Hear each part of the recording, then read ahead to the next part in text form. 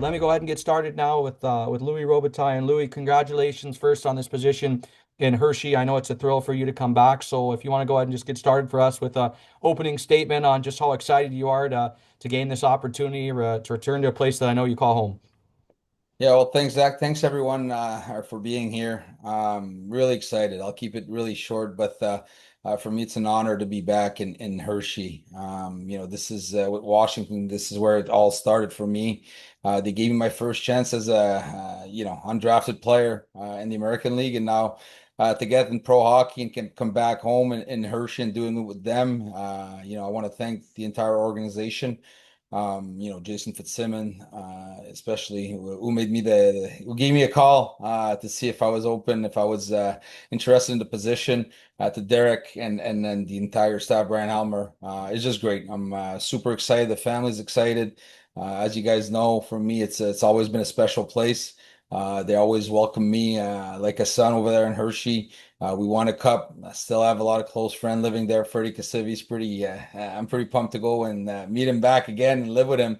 Even though he was with me in Florida when I got the call, and before I talked to Derek for the first time, Freddie was at home in Florida with us. But I'm super thrilled, super excited, and then our goal is to develop young players, just like they did over the last 20 years since we were there in 2005.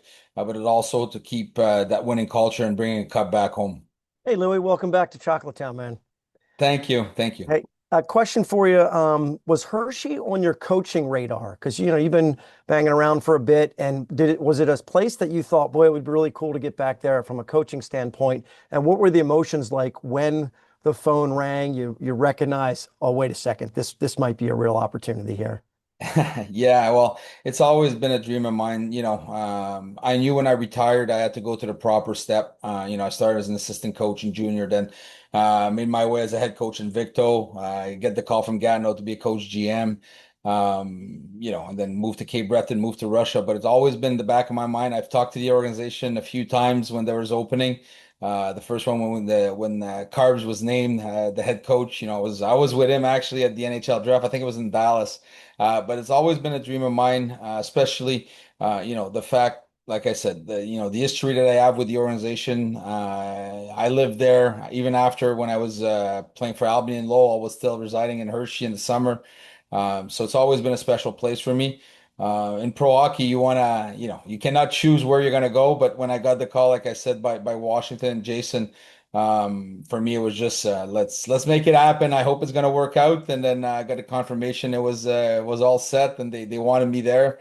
It was just a blessing.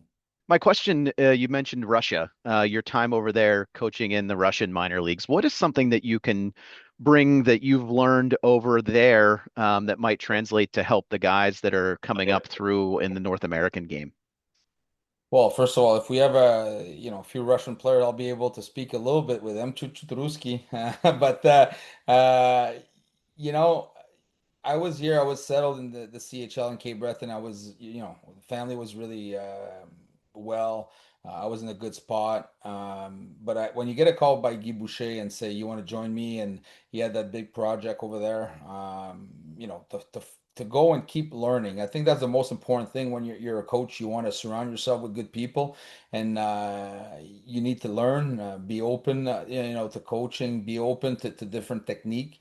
And for me, Guy has always been a mentor. So, yes, I was coaching the VHL, but every time we were at home, I was, at the rink, G Drive with the KHL. So, I was able to see how he was doing stuff. He was able to challenge me in different aspect, bring some stuff to my coaching, where I got better. I've learned a lot. You get guy like Dave Barr also was an experienced coach, coaching the minor, coaching the NHL, working with us over there. So it was a really great year for me, learning year. And when you go coach in Russia, you need to be open to a different culture, different way. They do things differently over there. So we try to bring a Canadian style over there in Russia, but we also need to be open for their culture, for their way that they did things for many years, right? So Russia developed a lot of good hockey players. It's a really good country, and you just look at the how many good goalies are coming out of there, how many good skilled players. So it was fun for me to go learn and see different stuff over there.